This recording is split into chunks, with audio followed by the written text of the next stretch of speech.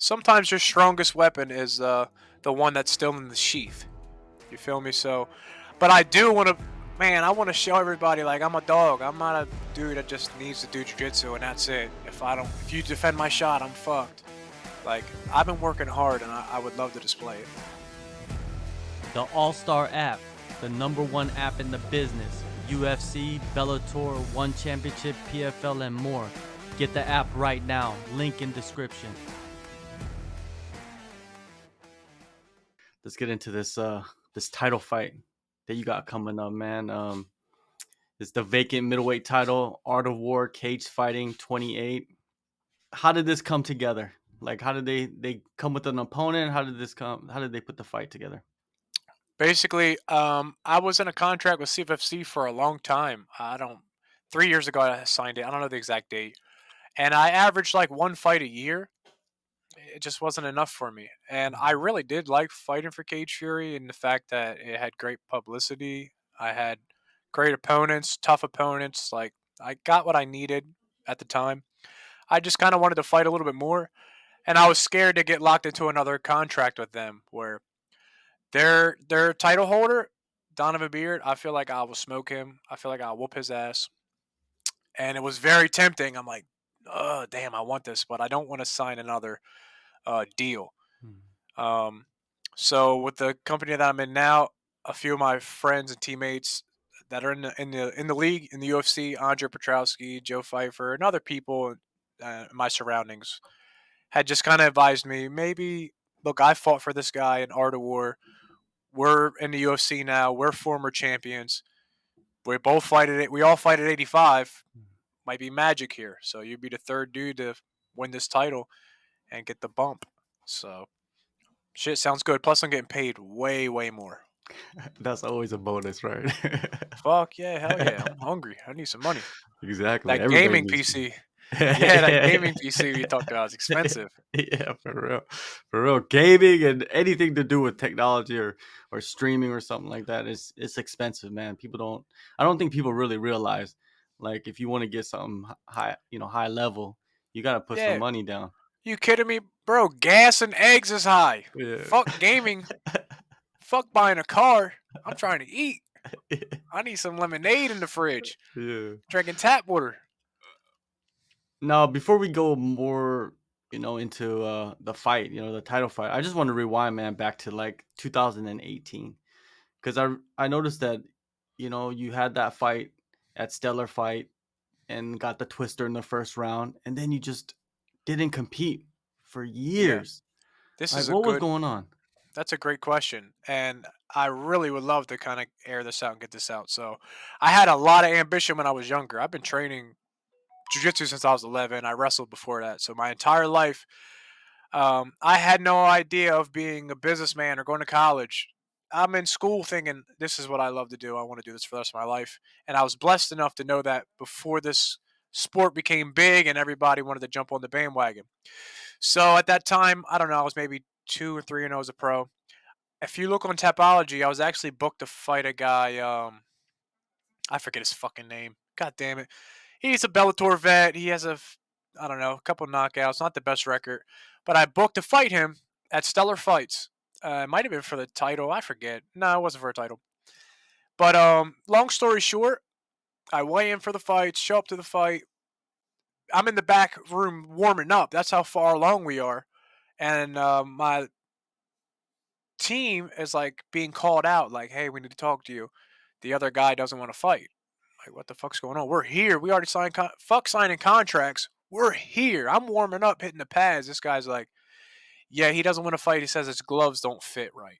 His gloves aren't fitting correctly. So if you actually go on Tapology, it'll say bout dispute over. It'll say something along the lines of like clothing. Yeah, something like that. Equipment. Yeah.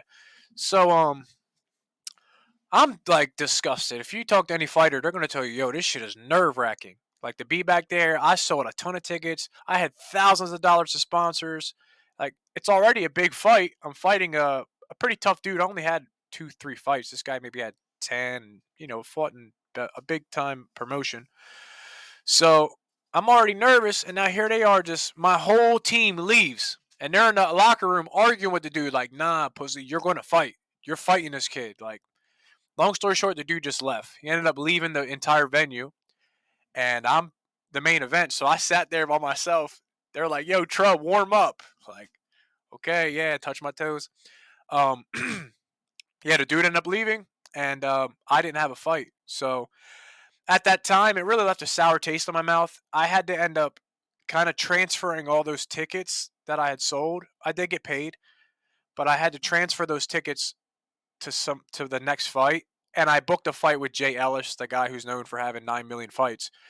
Um, because I had to put something on quick from somebody who's going to show the fuck up. And all right, here's the makeup real quick. And on top of that, personal things between my with my family, it left just a shit sour taste in my mouth. I don't need to do this for a living. I teach jujitsu. I have a huge program, and I literally I don't have a 9 to 5. I choke people out. I teach kids how to beat up bullies. I live the best life. So I'm like, why the fuck am I doing this? Like, this dude just wasted my time, and basically my hairline got pushed back, waiting for this dude stressing. And it took me a little bit for me to see my teammates succeeding, to see them go to the league, people that started after me, and I was like, damn, I'm fucking up. I could already be in the league. So I'm playing a little bit of catch up, but I'm still teaching at the same time. So I'm gonna have a sweet meal when I come up to that dinner table. You know, with this fight, Greg, you know, you go from Jay Ellis to Greg Ellis. You Yeah, know the what people I get confused. They're like, "Are mean? you fighting the same guy?" No, I'm not fighting that You're dude. fighting Never his gonna fight that brother. guy. His brother. You know Yeah, what I mean? His he's gonna brother. lose like that guy. They're gonna So, have what do you that in think of common. Greg Ellis, man? What do you think of the matchup? So when the matchup was brought to me, I was like, "Damn, this guy doesn't have the best record." I was kind of on the urge of already fighting prospects. Miles Lee was a big prospect, fought for the CFC title. A lot of people thought that the last guy was going to beat me because he's got a few KOs, whatever. The dude Gladfelter. I was like, damn, is this the move? And I kind of dug into his tapology, and I'm like, okay. I look at his record, and it says he was 8-0 as a pro, or excuse me, 8-0 as an amateur, which is an impressive amateur record, and then he went 4-0 as a pro, which is not far off from where I'm at. And then I see his competition stepped up. He fought some Ultimate Fighter veterans and some tougher dudes, and just started kicking up some L's. So at the end of the day, the dude is a good fighter, a scrappy dude, and his record doesn't really say that. So he comes back on 2 comeback wins. He gets a nice little win streak going, and I think he thinks, all right, I got to beat a prospect to get my prospect, to get my name back. And that's just not going to happen. So I respect him. He said yes to the fight really quick. I really respect that. I didn't have to sit around and wait.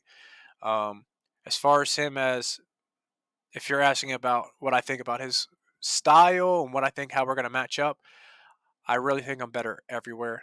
I know my record says I'm a jiu-jitsu dude, but that's just not true. These guys just can't stop me choking them. Like, they're just letting me strangle them. So I don't get to really display my full skill set. I don't get to show my dog. I don't get to show my hand skills. I'm just going to keep molesting them and choking them until they stop me.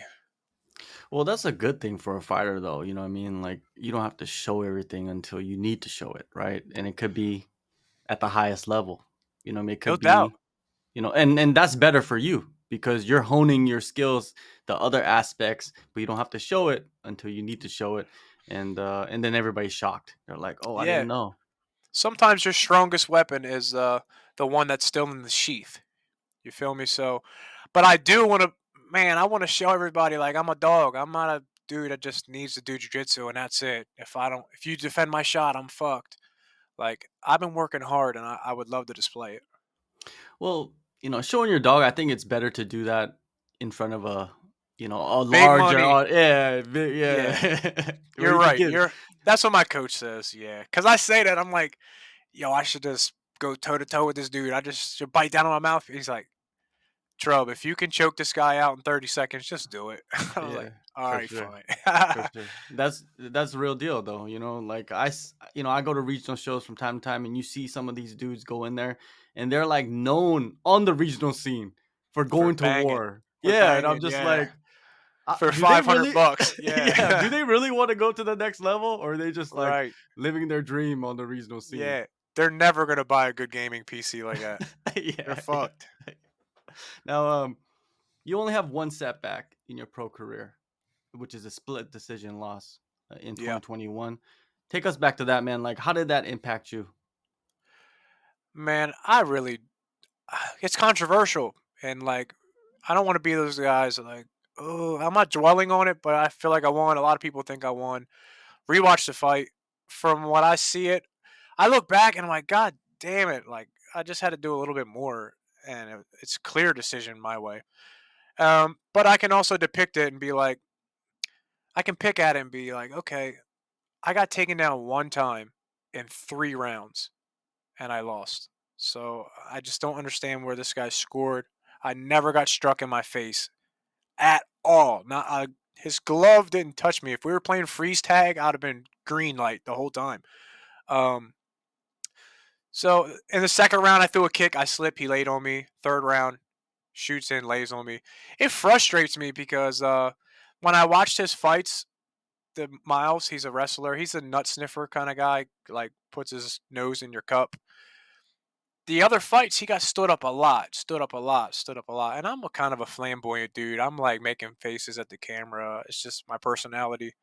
And they didn't want to give me the stand up. So I kind of just, I think everybody knows I'm the better fighter. If I ran that back 10 times, I'm going to win every fucking fight. Um, it just is what it is, man. I'm already kind of looking past that. I would love to run it back if he wants to do that, but I don't think he does.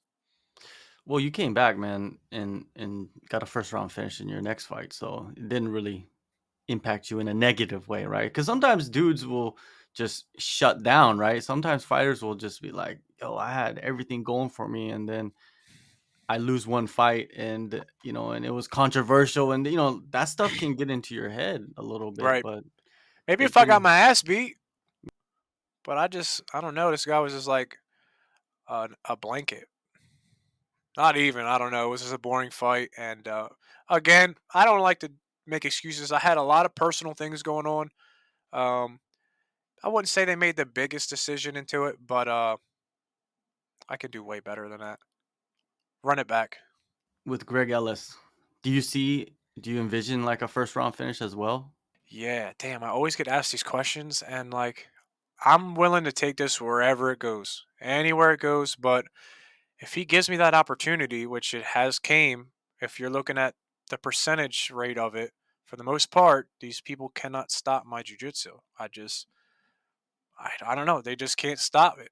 They need to shrimp. They need to put the gi on. Honestly, a lot of these guys need to train in the gi and go to their local Gracie school and just go back to the basics because I know I have a twister and a flying triangle. I do have some pretty crazy subs, like flamboyant subs. My first pro sub actually is more than a kimura. It's a really funky, kind of like a chicken wing. It's a really cool submission. But at the end of the day, a lot of it's just basic things that lead them to making a simple mistake. I just put a little extra spice on it. So anywhere this does go, though, striking, it doesn't matter. If he wants to get out in the second, he can be stubborn and go out in the second. If he wants to go all 3 rounds, then it's just going to be a one way ass whooping. I think that's one of the most exciting styles out there. There's so many different styles, right? You got the Dagestani wrestling style, and then you got the Muay Thai, and you got the kickboxing. But the guy that can the opportunistic submission artist that develops a phenomenal striking game. That's one of the best styles I think out there. The most exciting, I Dude, guess, so to say, because you're opportunistic. yeah. I think that says a lot about you. I think it says if that's what you think, I think that says a lot about you, and I agree with you. Um, some people think, all right, well, the Dagestanian style is the best, where you just get the job done, put them on their back, but it's exciting to watch, isn't it? Because it's like it's dangerous. It's like you're taking somebody and putting them into shark water, and then when you find out that shark got feet, you feel me? Like that shark can come on land. Yeah, Yeah. it's like you're develop. It's like Sharknado. You know what I mean? Maybe not, but you're creating a you're really making it horror. You feel Yeah. me? Everybody's scared to go into deep water, but what happens when that shark can come out and get you too? So it's Mm. like that's an awesome thing to watch. Me personally, I agree with you. I love watching a great grappler in general, but one that gets puts it all together. Man, they never have boring fights. Well, even a great grappler who has just submissions after submissions that they can go to, they could be hurt and they're still a threat. You know what I mean? Yeah, That's what I love. That's why Charles Oliveira is so dude, loved. he's awesome. Yeah, Yeah, he's all. everybody loves him. People will fight off their back like a Kevin Holland. Yes, they're never really in a bad position. Mhm. I mean, I guess unless they go against a Dagestanian, Yeah, yeah. they get fucking smothered. That's the But puzzle, right? yeah, for the most part, man, for the most part, it's an exciting fight, and they're getting after it. For sure, man. Well, man, this is gonna be an exciting fight coming up, man, for this title, February 3rd, Art of War. Earl, man, it was good catching up, and yeah, all the best in the fight, and hopefully we'll be seeing you, in one of those major promotions by the end of the year. My man, I appreciate you so much. Thank you for all that you do with your journalism, man. It goes a long way for somebody like me, making my way up. So I really appreciate you a lot. February 3rd, I'm gonna be the champ. I'm coming home, eating some good food and gaming.